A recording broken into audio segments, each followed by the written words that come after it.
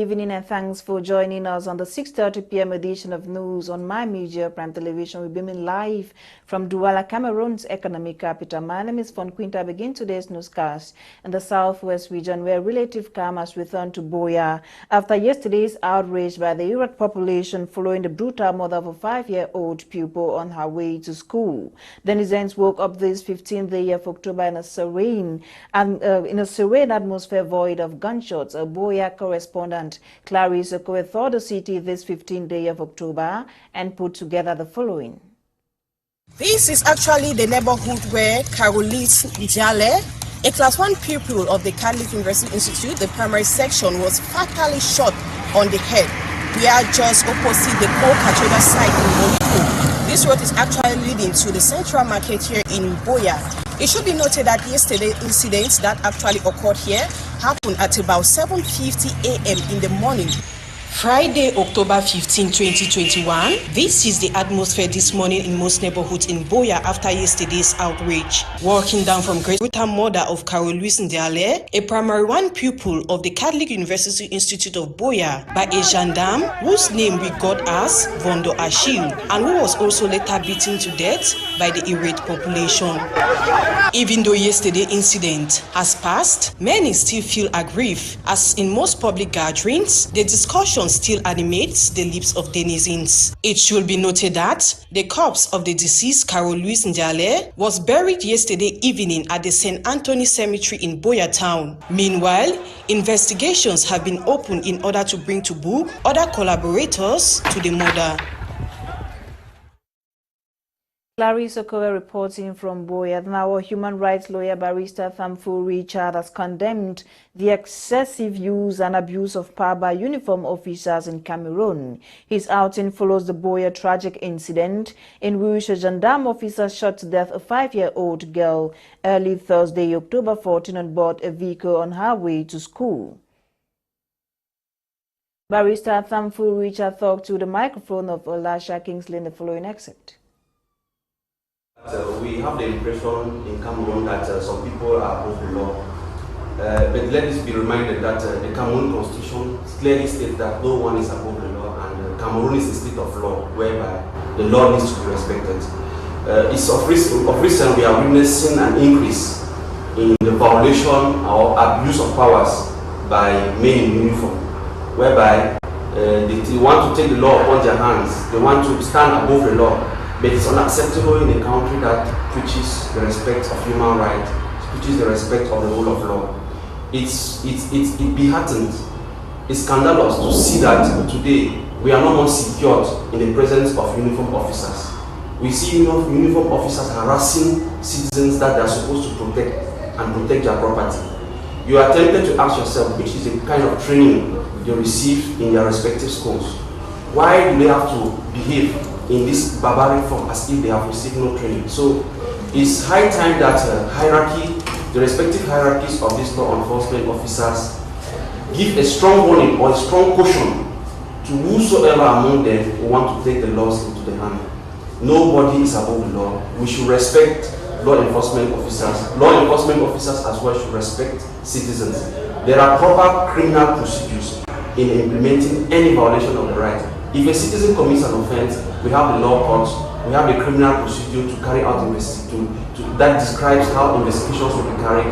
We have the courts whereby the accused person, if found guilty, will be punished. But when you have law enforcement officers who decide to do justice with respect to a particular case, it becomes a barbaric state. It's not the kind of state anybody will want to live in. We have passed that kind of society. We have a society which is more respectable and which should be a law-abiding one. So those officers who are doing that are doing it in gross violations of citizens' rights, and it's high time that we put an end to this.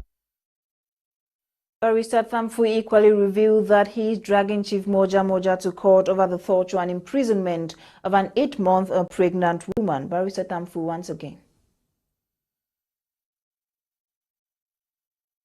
Moja, I promise to personally file a criminal suit against what he's doing. If Chief Moja is a soldier working for the Cameroon military, and the Cameroon military is accepting this kind of barbarism, I, as a human rights advocate, I promise to take him to court, full normal process, and make sure that he pays for the acts that he's committing, because in a state of law, nobody, not even the President of the Republic, is above the law.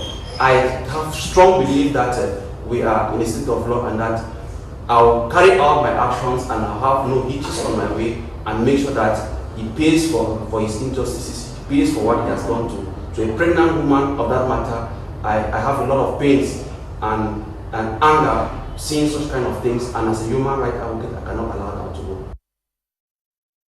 And so something else, Cameroon-Turkey Business Council yesterday organized a member mixer and networking a cocktail under the theme, Tidying Up Approach the End of 2021 with Intention. The event, which held in Douala, has aimed to create a success network between all its partners. Jayangang attended the event and put together the following report.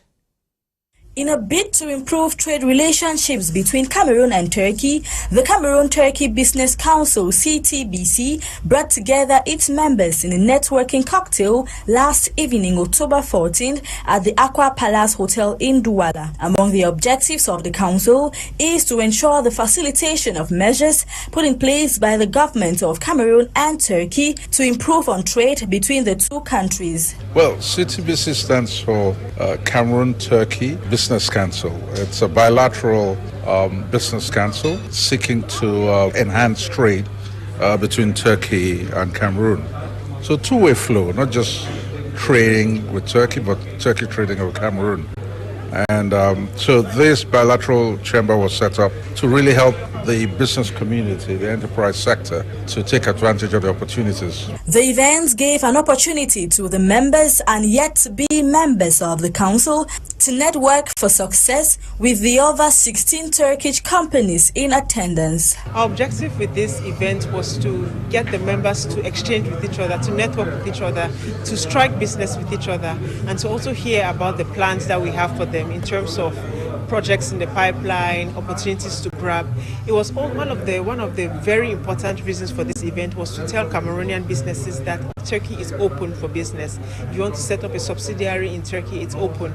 We have all the facilities put in place to make sure that your business lives are easier. So really it was about announcing to our members the benefits and the opportunities that exist for them. With its slogan, Building Business Bridges and Breaking Business Barriers, the Cameroon-Turkey Business Council aims at becoming the leading bilateral business and investment facilitator in the country, a vision which is gradually materializing. Since CTBC was created in 2014, when it was created, we had about 3 companies, but as of today, we have about 21 Turkish companies here in Cameroon. Representatives of Turkish Airlines present at the cocktail equally highlighted exclusive benefits offered to members of the council. We offer only advantages, and as we say, to all members of CTBC. Upfront discounts, special baggage allowance, 2 times 23 when they travel in economy class, and 3 times 23, in economy class, and 3 times 32 when they travel in business class. We have free exchange. A member wanted to travel to Turkey and he has an emergency in Cameroon. I don't know, he want to reschedule a flight. We do it free of charge. The networking cocktail was highly interactive and saw the exchange of business cards among the various business owners in attendance. Victims of human rights violation and members of civil society organizations are being drilled on physical protection and online security. This is in a 3-day workshop organized by Frederick Albert Foundation taking place in Douala, Cameroon's economic capital. Details right ahead. Combating physical attack and online bullying is top on the priority of these human rights defenders and members of civil society organizations who are currently meeting in Douala, Cameroon for a 3-day training workshop. The over 30 human rights defenders and activists have been trained on physical protection strategies in a workshop organized by the Frederick Albert Foundation. Madame Nina Nadzer, country representative of the foundation, says, well, Friedrich Ebert Foundation is organizing this training workshop for young politicians because we see that they act in a very difficult environment today. They act in an environment of armed conflict, they act in an environment of insecurity, they act in an environment of human rights violations. They also act in an environment of very weak political institutions and a flawed electoral code. Barrister Agbogbala, founder of the Center for Human Rights and Democracy in Africa, drilled participants on various laws that protect them nationally and internationally. This training is to train young leaders in Cameroon on the protection and promotion on human rights, on the protection of their physical and online security. As you are well aware, we are going through a difficult and trying stage in the history of this country, where political leaders, be they young or old, are being attacked online and offline. And it's important for them to be trained to school to understand some safety measures that they can put in place in online and offline security also. But equally, just goes beyond that. For young leaders, we expect them to have some basic tenets, to understand some basic principles of human rights. With growing human rights violation, the human rights lawyer believes understanding the political atmosphere of the country is a move towards the right path. We're doing a three-day training, and we encourage them beyond the training also to build network and synergy amongst them. We advise them to understand the political and the legal atmosphere of the country, because as a politician, you don't exist in a vacuum. You exist within a confine, within a territorial space. So you need to understand the reality. You need to understand when it's necessary to boycott an election. You need to understand when it's necessary to go for an election. You need to understand when it's necessary to go to the Constitutional Council. These are things that it's important for young politicians to understand. But beyond that also, when their rights are violated, for example, what are the instruments in the international community that has been put in place for their protection? These participants see the training is timely. I have been training with FAIRS since 2012 and one of the first batches. We have been training so many topics, and this time around we're called to carry on a training on the human rights, how to protect ourselves and that of our community, online human rights protection. For 3 days, participants and victims of human rights violation will receive adequate knowledge on best ways to protect themselves while carrying out their activities. We go back to the Southwest region, where some 3 laureates have been awarded peace medals as recognition for their peace work in the country. This was during the 3rd edition of the PCC Peace Office Award ceremony that took place in Boya. Clarissa Kwe once again. Veteran Church in Cameroon, the PCC, under the banner of the National Peace Office, has distinguished some peace crusaders in Cameroon by awarding them with peace medals. This was during the 3rd edition of the PCC Peace Office Peace Award, an annual event meant to consider those working tirelessly to advocate for peace in the country.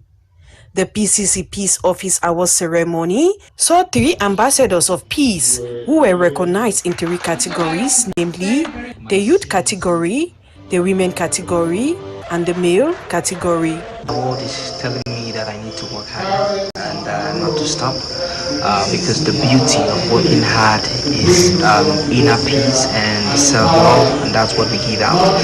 This award is also inspiring other young people across the country to know that peace, it makes you happy, it makes you have opportunity to be recognized. No matter what is happening, there is nothing that can be done without peace.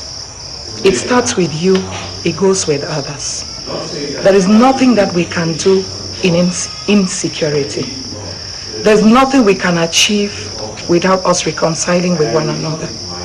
It may be difficult, but we are begging young people, we are begging everyone that is concerned in the crisis that is affecting us in Cameroon, that do your part in your little corner to preach peace. Holding at the Senior Office Hall in Boya, The PCC National Peace Coordinator, Reverend William Chair, congratulated the laureates for their efforts in peace work, while urging them not to relent their efforts, especially at a time when the Northwest and Southwest regions is still plagued by the ongoing Anglophone crisis. To us, it is a means to promote peace. Ours is a society of war, a society of suffering. We need men and women to come out to speak non-violently, transforming without destruction, and hoping that the Cameroon of tomorrow will be a better Cameroon. Meanwhile, other Cameroonians who wish to draw such recognitions were encouraged to practice and preach peace in their respective communities. Let's move over to the Northwest region, where councillors of Ande Council Momo Division of the Northwest region have promised to take firm commitment to go back to their constituency and promote education and development. The commitment was taken during the 2021 midterm evaluation session chaired by Mayor Obango Heli. Akeba Northwest correspondent Charles Kiwa reports from Bamenda. The 2021 financial year midterm evaluation council session of Ande Council Momo Division of the Northwest took place October 14, 2021. Chaired by Obango Heli Akeba, Mayor of Ande Council, the midterm evaluation session was to enable councillors reflect back at what has been done so far in terms of projects in the municipality, analyze performance, and take measures to correct shortcomings so as to better serve the people of Ande Council area. It is an evaluation meeting where we have to look back at what we have done all this time to be able to see how we can forge ahead. And my councillors were particularly grateful and happy that most of our projects for this year have been given out on contract and presently undergoing execution. The Ande Council stands tall in terms of projects to the municipality with over 1 billion francs works ongoing. This year, they have projects currently going on in Ngi worth above 1 billion francs. We have the three-phase electrification which is going on. We have roads being worked on. We have a lot of things which are going on. Hospital blocks and so on. And we think that in the future, Ngi is not going to be never the same. With other projects on the pipeline looking at the topography of Ngi, the Ande Council looks forward introducing fish farming as another way for people to augment their livelihood. Promised in the days ahead, the long-awaited FM radio Dudum shall hit the airwaves from Ande, making information available to the people of Ngi. The mayor also announced this year his council will benefit from the safety net project, which will provide basic financial assistance and facilities to the poor in the municipality, a World Bank project aimed at alleviating poverty. He appealed to his elites, politicians, those in the diaspora and those in the bushes to play political games with the love of their clan, which is so backward because of the ongoing socio-political unrest. I am making special appeal first to those in the diaspora who are manipulating these are children who are in the bushes. I've told them that we on Ngi is already a very enclaved place. Ngi is a place which has been languishing as a backward place. And God has blessed me that I am there as a developer who has good vision for Ngi, and I want them to give me the maximum support, those in diaspora and those in the bushes. I've even gone as far as saying that the council is ready to recruit them if they drop their guns and come, and the council has a municipal police. And we think that we can use them to do some of these things so they can drop their guns. During the session, councillors took firm commitment to get back to their various constituency, encourage education, continue sensitizing the population to respect barrier measures in the fight against COVID-19 pandemic, boost production capacity, and tackle unemployment. Now, former teachers of Government High School Limbe have been recognized by ex-students of the 1983 batch. The teachers received certificates of appreciation for the contribution in making the ex-students who they are. To the details with Kuma Onore. A college of former teachers of Government High School Limbe went back home on Saturday, October 9th, beaming with smiles following a day of gratitude and appreciation organized in their honor by former students of GHS Limbe of the 1983 batch. Addressing the population at the CDC-SS Club Bota, the coordinator of the 1983 batch, Mr. Ebenezer Bodilawson, said To think about our teachers is a one-heart-rending issue.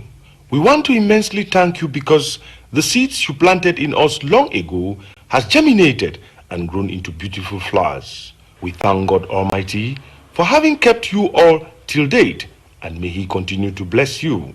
He equally thanked the former teachers for their encouragements, dedication, and resilience used to transform the 1983 batch to be what they are today. I think they've been wonderful, they've been exceptional. The amount of time and effort they put into this sacrifice, it's really, it's something which we are proud to be part of. And I give them all the kudos for being exceptional persons. The appreciation party took place under the watchful presence of the current principal of the institution, who was invited to share with the ex-students and the former teachers. Madam Kalesinge was very impressed by the action of the 1983 batch. Nevertheless, like Oliver Twist, pleaded with the ex-students to assist the school to build more classrooms to accommodate the huge number of students from other violent hit areas of the two regions, coupled with the two-shift system provoked by the COVID-19 pandemic. We also like to plead for some computers from the class of 83 and the other ex-students who have been helping the school. The ex-students engraved their words of gratitude by offering certificates of appreciation to all the former teachers present in person and by delegation. Mr. Moki Monono, former literature teacher, hailed the ex-students for thinking about them and urged them to assist their alma mater for the teachers who are there today to be able to do more in teaching the younger ones. Aqua Usman, former mathematics teacher, said the ex-students are in line with the law of gratitude and prayed God to replenish their resources. He was privileged to be given the floor to perform one song from his recent album with enticing rhythms from Manu and Calabar.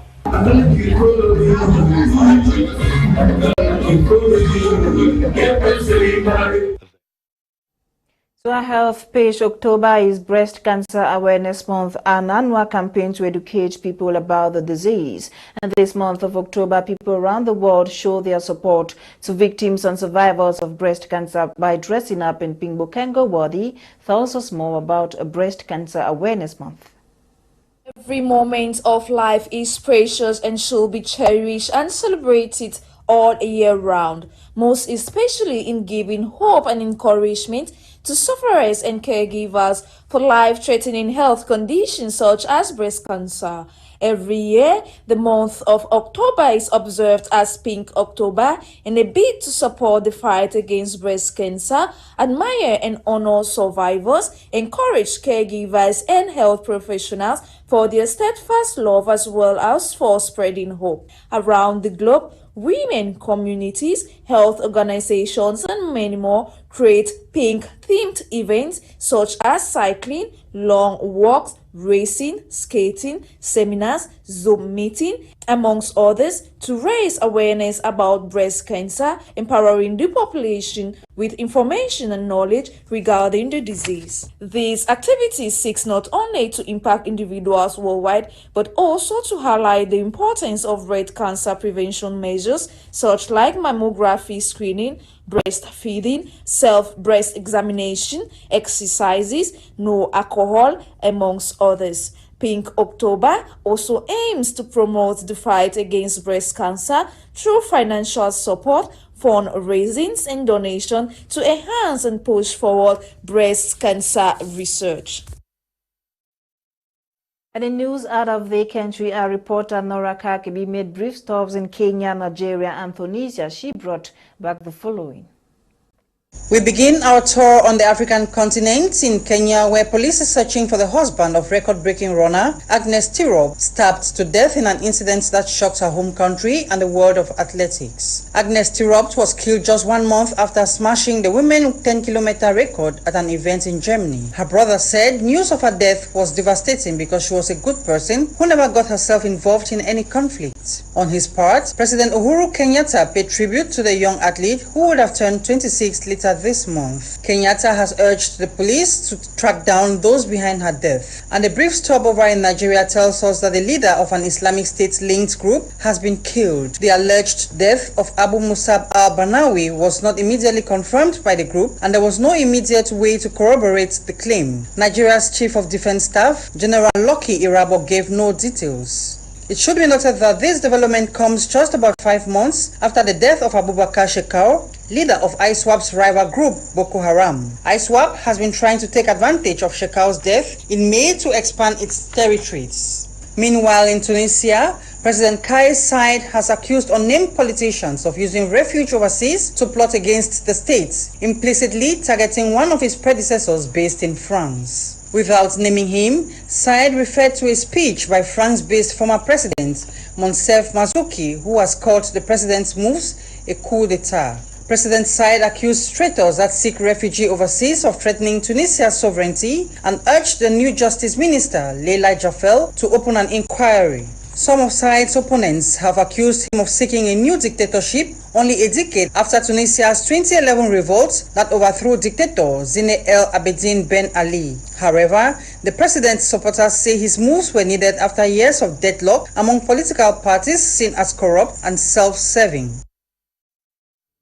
We've come to the end of the 6:30 p.m. edition of News on My Media Prime Television. Primer comes up next with Kumlenat and his Tech Global theme. My name is Fon Quinter. Have an amazing weekend in the company of more programs on The African Eye. Goodbye.